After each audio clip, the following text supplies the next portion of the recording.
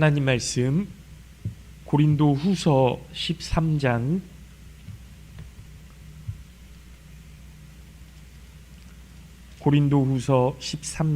5절부터 10절까지 말씀 보도록 하겠습니다. 고린도 후서 13장 5절부터 10절까지 말씀,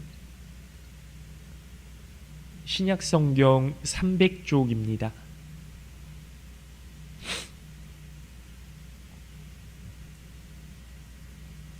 신약성경 300쪽 고린도 후서 13장 5절부터 10절까지 말씀,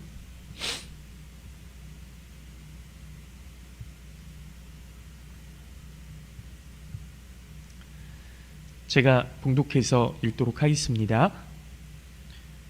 너희는 믿음 안에 있는가? 너희 자신을 시험하고 너희 자신을 확증하라. 예수 그리스도께서 너희 안에 계신 줄을 너희가 스스로 알지 못하느냐? 그렇지 않으면 너희는 버림받은 자니라. 우리가 버림받은 자 되지 아니한 것을 너희가 알기를 내가 바라고, 우리가 하나님께서 너희로 악을 조금도 행하지 않게 하시기를 구하노니, 이는 우리가 옳은 자임을 나타내고자 함이 아니라 오직 우리는 버림받은 자 같을지라도 너희는 선을 행하게 하고자 함이라. 우리는 진리를 거슬러 아무것도 할 수 없고 오직 진리를 위할 뿐이니, 우리가 약할 때에 너희가 강한 것을 기뻐하고 또 이것을 위하여 구하니 곧 너희가 온전하게 되는 것이라. 10절 말씀 합독하겠습니다. 그러므로 내가 떠나 있을 때에 이렇게 쓰는 것은 대면할 때에 주께서 너희를 넘어뜨리려 하지 않고 세우려 하여 내게 주신 그 권한을 따라 엄하지 않게 하려 함이라. 아멘. 할렐루야. 네, 오늘 예배에 나오신 우리 모든 성도님들 주님의 이름으로 환영하고 축복합니다. 하나님의 은혜와 사랑이 날마다 함께 하실 수 있기를 예수님의 이름으로 기도하겠습니다. 여러분, 우리가 성경을 읽으면서 내가 좋아하는 말씀을 흡수해요. 내가 좋아하는 말씀. 그러니까 고난받는 말씀보다는 축복의 말씀, 또 회복되는 말씀, 위로의 말씀, 이런 것들을 우리가 쭉 흡수한다는 거죠. 사실 성경뿐만 아니라 다른 책을 읽을 때에도 우리는 우리에게 필요한 부분을 선별해서 이렇게 받아들입니다. 뉴스도 역시 마찬가지예요. 다 우리는 우리가 필요한 것을 흡수해서 받아들이고 그리고 선별해서 기억한다라는 말씀이죠. 내가 좋아하는 말씀을 발견하고 거기에 은혜를 받습니다. 무슨 이야기냐 하면, 바울 사도가 이제 말씀을 전할 때요, 전도할 때 바울 사도의 입장에서 생각해 보면 그 처한 상황이나 환경이 힘들었겠죠. 힘들었을 거예요. 이 매번 안디옥 교회에서 터키를 지나서 그리스로 해서 로마로 해서 이렇게 계속 다 걸어 다녔던 거잖아요. 그러니까 얼마나 힘들었겠습니까? 소아시아 전역을 이렇게 다니는 것만 해도 무척이나 힘든 그런 일이었을 텐데요. 그때 당시 그렇게 힘든 과정을 거치면서 하나님의 말씀을 전할 때에 바울 사도의 행색이나 모습이 얼마나 초췌하고 어려워 보였을까, 굉장히 초라하게 보이지 않았을까 생각을 하는 거예요. 그래도 바울 사도 정도가 되면 자기 권위와 어떤 품위를 지키면서 일할 수 있었을 텐데, 오히려 성경 곳곳에 보면 우리는 죽을 것 같은 사람처럼, 버림받은 사람들처럼 사람들에게 이렇게 여겨질 만큼 어려운 생활을 했었다라는 것들을 우리가 말씀을 통해서 알 수 있게 되는 거죠. 그런데 우리 눈에는 그런 모습은 잘 안 들어와요. 반대로 희망, 소망, 기쁨, 축복, 이런 것들에 대해서만 이제 생각을 하게 되는 거죠. 아, 바울 사도가 이렇게 훌륭한 일을 잘 감당했구나. 많은 성도들에게 희망을 주고 기쁨을 주고 축복하고 또 교회의 지도자로서의 역할을 다 잘 감당했구나. 이렇게 생각이 되는 거거든요. 그런데 바울 사도의 입장에서 보면 마치 죽을 자처럼, 아무것도 없는 것처럼, 버림받은 자처럼, 행색도 초라하고 정말 발은 항상 부르튼 채로, 거기다가 가지고 있던 질병이 있었잖아요. 그 질병 때문에 사람들을 만날 때마다 약간 좀 어려운 모습, 받아들이기 힘든 그런 모습으로 그렇게 지냈다라는 거죠. 여러분, 옛날에 한국에 선교사님들 들어오셨었잖아요. 그렇죠? 미국과 캐나다, 호주 이런 데에서 선교사님들이 주로 들어오셨는데, 그분들이 우리를 봤을 때 그때 당시에는요 굉장히 불쌍해 보였을 거예요. 잘 먹지도 못하고 그냥 하얀 옷 입고 키도 조그마해 갖고 맨날 그 병 한 번 오면 사람들이 막 제대로 된 붕대나 있습니까? 그냥 광목천 같은 거 그냥 칭칭 동여매고 있고 추위에 벌벌 떨면서 살고 그랬을 거 아닙니까? 그분들의 생활 수준과 우리의 생활 수준이 많이 달랐기 때문에 그때 우리는, 미국 사람들은 야, 부자구나 그렇게 생각했을 거고, 외국 제품이면 다 좋은 거라고 그렇게 생각했을 거예요. 그런데 이제는 세월이 바뀌어서 한국에서 선교사님들을 전 세계로 파송하게 이르렀죠. 한국이 그만큼 잘 살게 된 겁니다. 그래서 이제는 우리 선교사님들이 선교지에 가보면 생활 수준의 차이가 굉장히 큰 거예요. 그래서 그곳에 살던 분들이 한국 사람들을 볼 때의 관점은 가난하다, 초라하다 이런 게 아니라 잘 사는 나라, 정말 그 기술력이 굉장히 훌륭한 나라, 깨끗한 나라, 이렇게 이제 인식이 바뀌어 버린 거죠. 그런데 초대교회 때의 전도자들은 반대라는 겁니다. 반대. 아주 형편없이 초라했다는 거예요. 지금은 잘 사는 나라의 선교사들이 이렇게 좀 못 사는 나라로 파송이 되지만, 그때 당시의 전도자들, 선교사들은 행색이 초라하고 아무것도 가진 것이 없고 고생은 고생대로 하는 그런 모습으로 하나님의 말씀을 전했다는 거예요. 그리고 자기들이 벌어서 자비량으로 전도를 합니다. 그렇게 선교를 할 때 대상은 누구냐? 대상이 나보다 못 사는 사람, 아픈 사람, 힘든 사람, 이런 사람들이 전도의 대상이 아니고요. 부자에게도 전하고 가난한 자에게도 전하고 높은 사람에게까지 거리낌 없이 전하고 형편이 아주 안 좋은 사람들에게까지도 복음을 전했다라는 거죠. 그러니까 가난한 자나 부자나 종이나 자유인이나 이방인이나 유대인이나 가릴 것 없이 모든 사람에게 하나님의 말씀을 전했다. 문제는 이 복음을 받을 때 여러분, 전도자들이 행색이 초라해요. 여러분, 서울 가서 지하철 타보시면요, 행색이 좀 초라한 사람들이 성경 말씀 이렇게 들고 다니면서 복음을 전하는 모습, 전도하는 모습을 볼 수가 있죠. 그런데 안타까운 것은 복음을 전한다라기보다는 구걸하는 모습이 더 많아요. 더 많아요. 안타깝죠. 그 복음을 받아들일 때 전도자의 모습이 초라하니까 복음을 받아들이는 사람들은 처음부터 예수님을 믿으면 축복받고 예수님을 믿으면 잘 된다는 입장에서 복음을 받아들이는 것이 아니고, 예수 그리스도는 하나님과 만날 수 있는 유일한 길이고 예수 그리스도를 통하지 않고는 하나님께 나아갈 수 없다는 것을 받아들이면서 그렇게 복음의 신앙이 시작되었다라는 겁니다. 무슨 이야기인지 아시겠죠?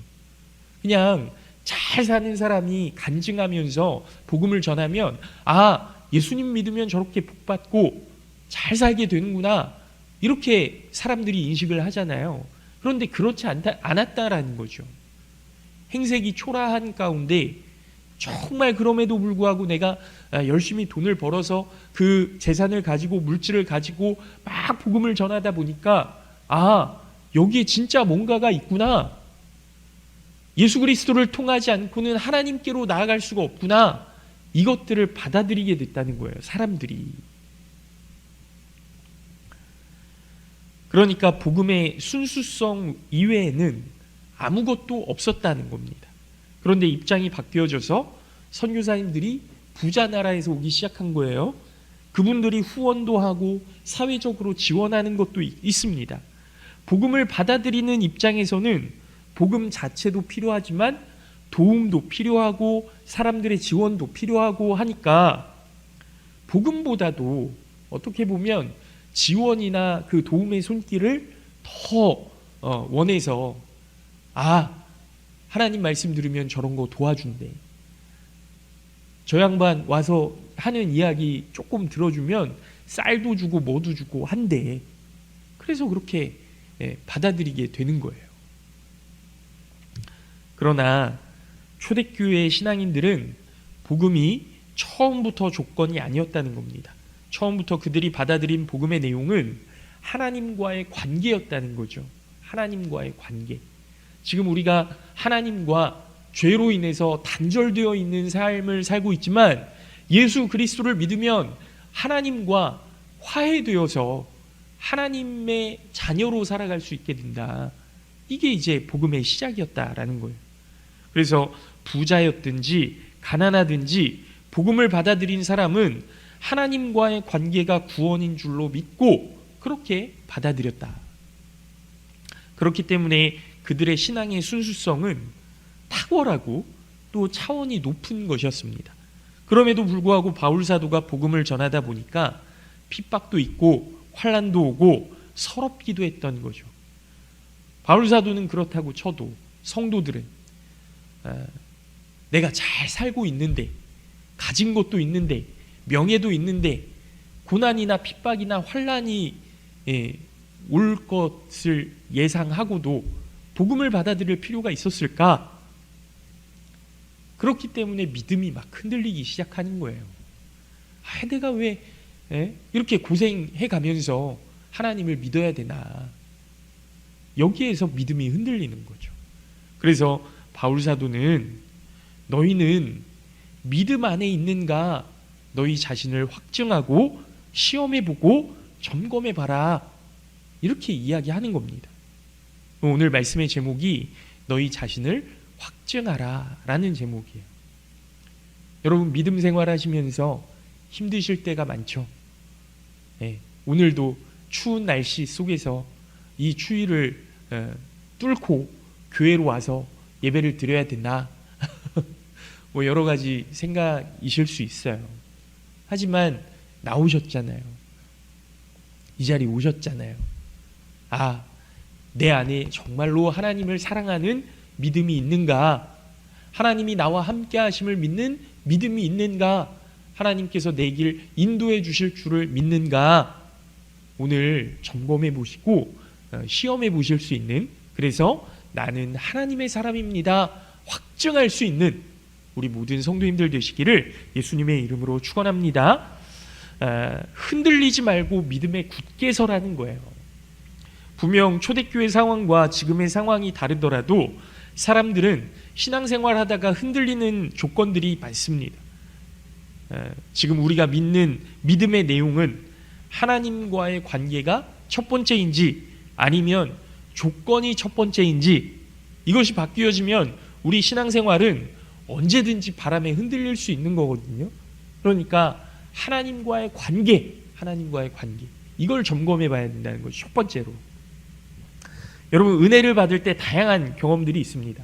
제가 받은 은혜의 경험이 다르고 우리 성도님들이 받으신 은혜의 경험이 다르기 때문에 어떤 분들은 뜨겁고 신비한 체험이 있었을지 모르지만 어떤 분들은 조용한 가운데 하나님의 은혜를 받은 그런 경험들이 있으실 거거든요.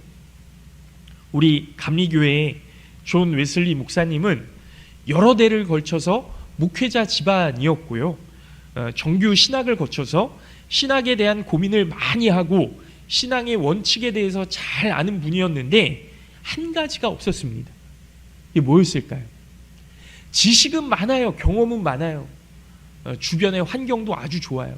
근데 한 가지가 없었는데 뭐냐면 구원에 대한 확신이 없었습니다. 이론적으로는 너무나도 잘 알고 있었어요. 하나님이 어떤 분이시고 예수님이 어떤 분이시고 성령을 받으면 성령 하나님에 대한 그 역사가 어떻게 일어나고 이론적으로는 너무나 잘 아는데 구원에 대한 확신이 문제인 거예요. 이것 때문에 그 많은 지식과 전통의 혜택을 받았으면서도 흔들리는 겁니다. 내가 정말 구원 받았나? 그러다가 5월 24일에 올더스게이트, 영국의 올더스게이트 거리에서 집회가 열렸는데요. 우연히 그 앞을 지나다가 어떤 사람이 로마서 서문을 읽고 있는 거예요. 로마서 주석의 서문. 그러니까 로마서 주석이라는 건 뭐냐면 로마서를 해설한 해설서예요. 해설서. 근데 그 주석의 어떤 내용이 아니라 서문, 그 주석을 쓴 사람이 이 로마서 주석은 어떤 의도로 어떤 방향으로 어떤 믿음으로 썼는지 이 서문을 읽는데 거기에서 확 감동을 받은 거예요. 가슴속이 뜨거워지고 믿어지지 않던 구원의 확신이 생겼다라는 거죠. 웨슬리 목사님과는 다르게 하나님의 구원의 은혜를 신비한 일들로 체험하셨던 분들이 계시죠. 굉장히 뜨겁게 확실하게 하나님의 은혜를 체험하신 겁니다. 그런데 보세요. 뜨겁게 체험하신 분들도 웨슬리 목사님처럼 조용히 체험하신 분들도 하나님이 주신 은혜에 편차가 있는 게 아니거든요. 뭔가 다른 게 있는 게 아니에요. 하나님의 한없는 은혜를 받은 것은 동일하다는 거죠. 아, 내가 구원받았구나. 하나님의 부르심을 입었구나. 이 은혜를 이렇게 받든 저렇게 받든 우리 믿음이 흔들리지 않고 우리 자신을 점검해 볼 수 있는 너희 자신을 확증하라. 믿고 걸어가라. 그런 말씀이죠. 바라기는 우리 모든 성도님들이 어떤 상황에 어떤 환경에 처하든지 흔들리지 않는 믿음을 소유하실 수 있기를 예수님의 이름으로 축원합니다. 네. 예수 그리스도께서 너희 안에 계신 줄을 너희가 스스로 알지 못하느냐? 그렇지 않으면 너희는 버림받은 자니라. 그렇게 말씀하세요. 여러분, 이게 두 번째인데요. 버림받았다라는 의미가 뭐냐면 버림받았다. 시험을 봤는데 떨어졌다라는 뜻이에요. 시험을 봤는데 떨어졌다. 그러니까 신앙의 수준에서 낙우된 사람들을 이야기하는 거죠. 신앙생활하면서 우리의 초점이나 집중력이 어디로 가야 되느냐 하면 예수 그리스도께로 가야 됩니다. 우리 신앙의 방향이 하나님을 향하고 예수 그리스도를 향해야 된다라는 말씀이에요. 여러분, 우리가 그 분명한 신앙을 가지고 살아가지만 신앙생활 하다 보면요, 초점이 하나님께로 예수님께로 가기보다 사람을 향할 때가 많아요. 사람을 향할 때가. 그리고 사람에 의해서 사람 때문에 믿음이 흔들리기도 하고요, 떨어지기도 하고요, 낙심하기도 하는 거죠. 그런데 우리 안에 있어야 할 것은 사람이 아니라 예수 그리스도께 있어야 된다라는 거예요. 우리 마음에 예수님이 계셔야 됩니다. 신앙의 핵심은 예수 그리스도예요. 예수 그리스도를 바라보고 가는 거죠. 예수 그리스도는 우리 믿음의 확고한 대상, 변치 않는 대상임을 여러분 믿으시기 바랍니다. 그러니까 그리스도인은 예수님을 믿는 것이지 사람을 믿는 사람이 아니에요. 그래서 이 두 가지, 흔들리지 않는 믿음과 우리 안에 예수 그리스도를 믿고 살아가는가, 이것이 신앙생활의 본질임을 여러분 기억하셔야 됩니다. 흔들리지 않는 믿음, 그리고 우리의 본질, 신앙의 본질, 예수 그리스도. 내가 믿음 안에 서 있느냐라는 말을 다른 말로 풀이하면요, 믿고 걸어가라 라는 거예요. 믿고 걸어가라. 더 쉬운 말로 표현하면 무언가가 가슴을 뜨겁게 한다든지 무언가 증거를 준다면 내가 믿겠다, 이렇게 신앙을 조건적인 것으로 말하지 말라는 거예요. 조건이 아니라는 거예요. 이미 증거는 하나님의 말씀으로 우리에게 주셨으니 이 말씀을 믿고 걸어가라. 우리가 잘 아는 성경의 말씀 있지 않습니까? 요한복음 20장에 보면요, 부활하신 예수님이 나타나셨을 때 제자들이 다 있었거든요. 그 자리에 십자가에 못 박혀 돌아가셨다가 3일 만에 부활하셨는데 제자들 앞에 이렇게 자신의 모습을 나타내시는 거예요. 왜 그랬을까요? 제자들이 예수님이 죽었다는 소문을 듣고 이제 한 곳에 모여서 우리도 죽지 않을까? 우리 어떻게 해야 될까? 벌벌 떨고 있었거든요. 근데 그 자리에 12제자들이 다 모여 있었는데 한 사람이 없었어요. 누구였냐 하면 도마였습니다. 도마가 그 자리에 없었어요. 그리고서 예수님의 그 살아나심을 듣고 제자들에게 나타내 주셨음을 듣고 도마가 예수님이 다시 살아나셨는지 내가 그 손에 손가락을 넣어보지 않고는, 그 옆구리에 내 손가락을 넣어보지 않고는 내가 믿을 수 없다, 믿지 않겠다, 예수님을 내 눈으로 직접 봐야 되겠다, 이렇게 이야기를 했어요. 기억나시죠? 그리고 예수님이 다시 오셨습니다. 제자들 앞에 다시 나타나셨어요. 도마가 있을 때.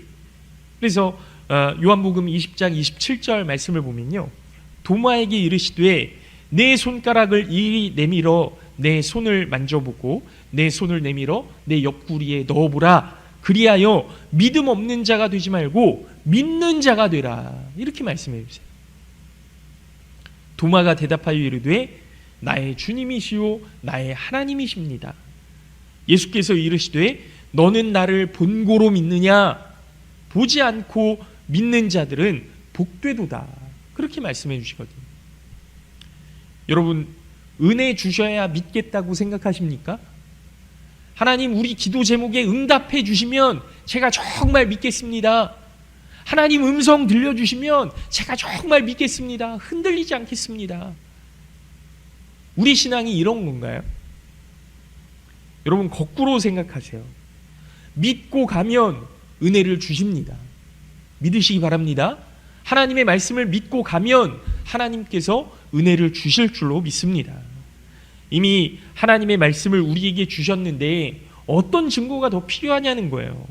이것이 믿어지면 성령께서 우리 마음 가운데 오셔서 나를 부르신 증거이고, 신앙생활 하다가 이런 문제가 생기고 저런 문제가 생겨도 나는 말씀을 믿고 걸어가겠노라고 믿고 걸어가시면 주님께서 응답해 주실 줄로 믿습니다.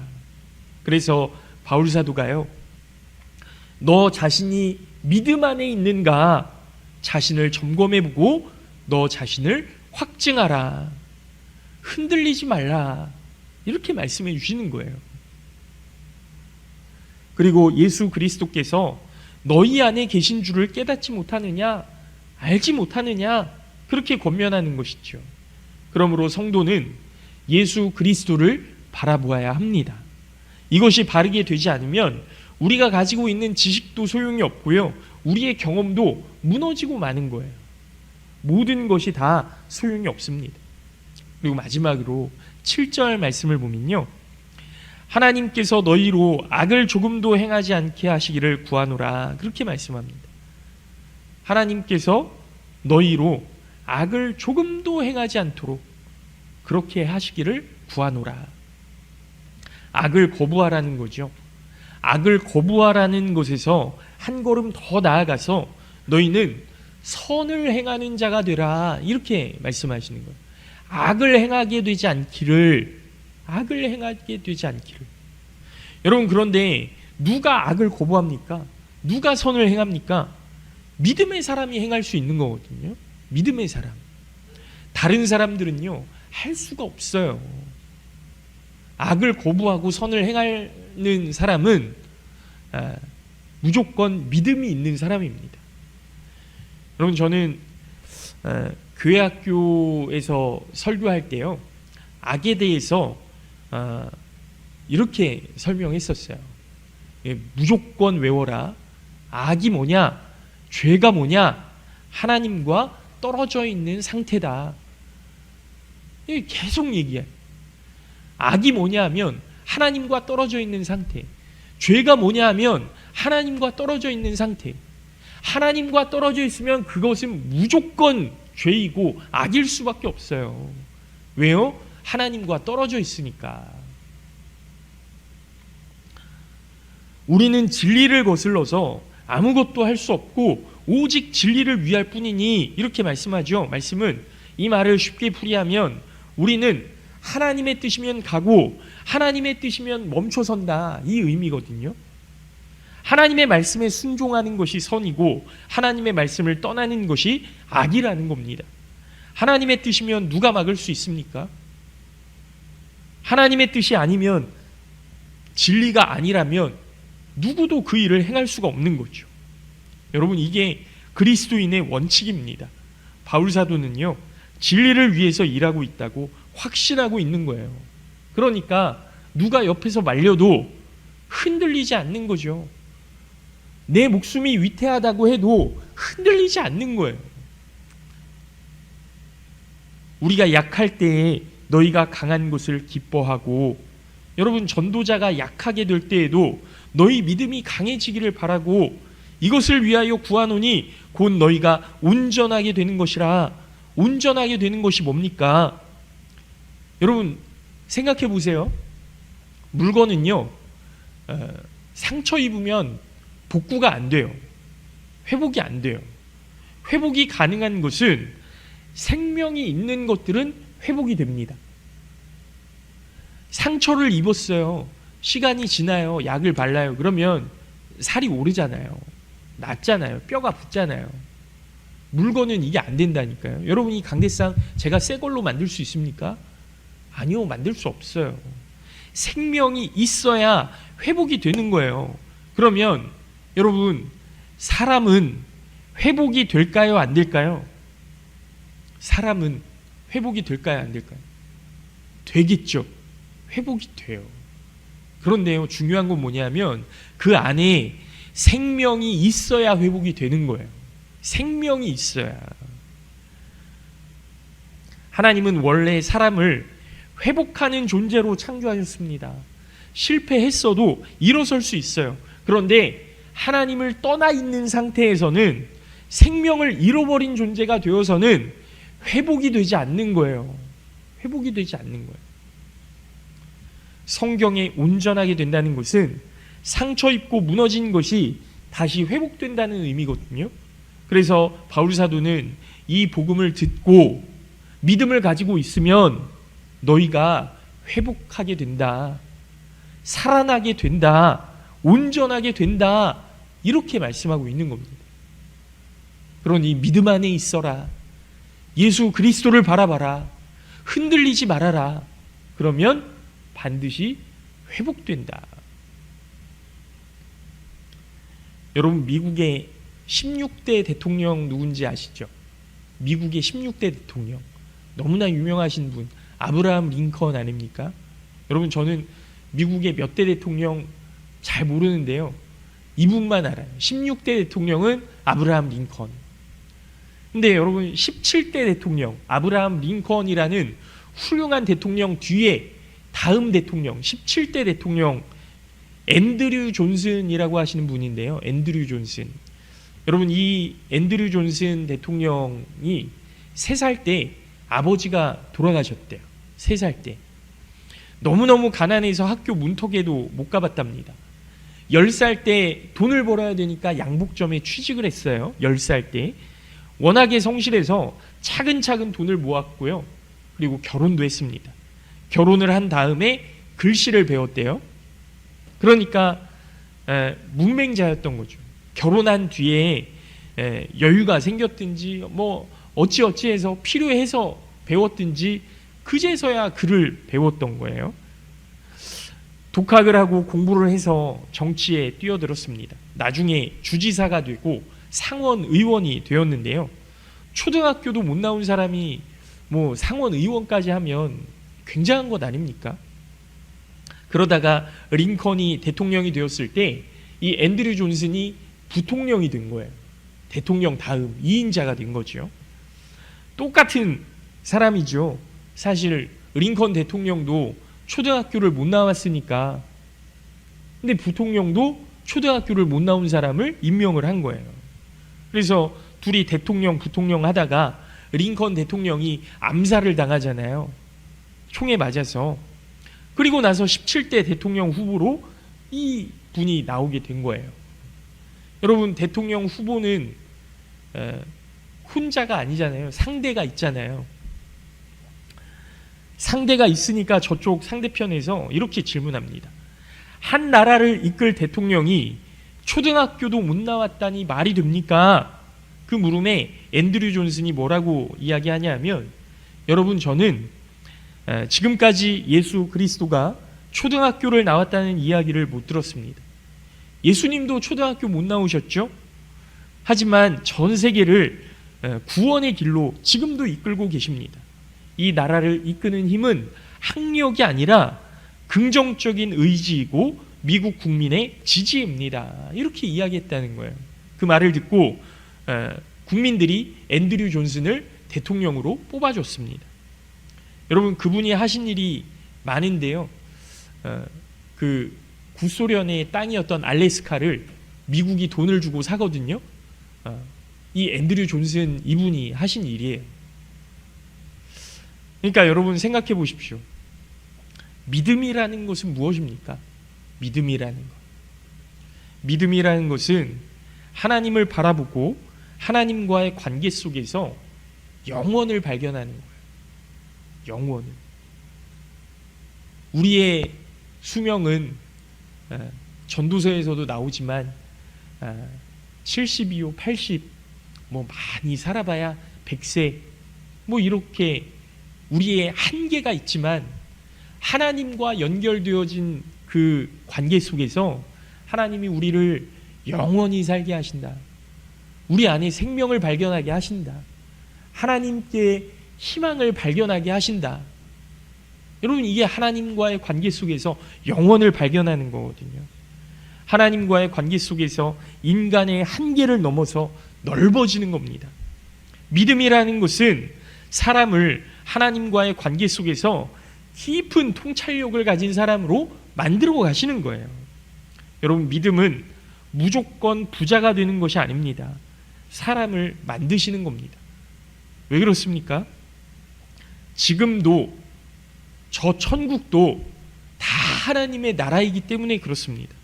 특별히 사람을 하나님은 사랑하셔서 자녀로 삼기를 원하시기 때문에 더더욱 그런 것이죠.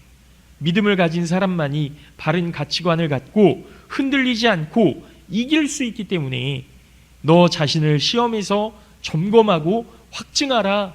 너는 믿음 안에 있는가? 너희 자신을 시험하고 확증하라.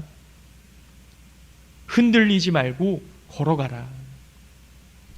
걸어갈 때 사람 보지 말고 상황과 환경 바라보지 말고 예수 그리스도를 바라보고 걸어가라. 그렇게 말씀해 주시는 겁니다.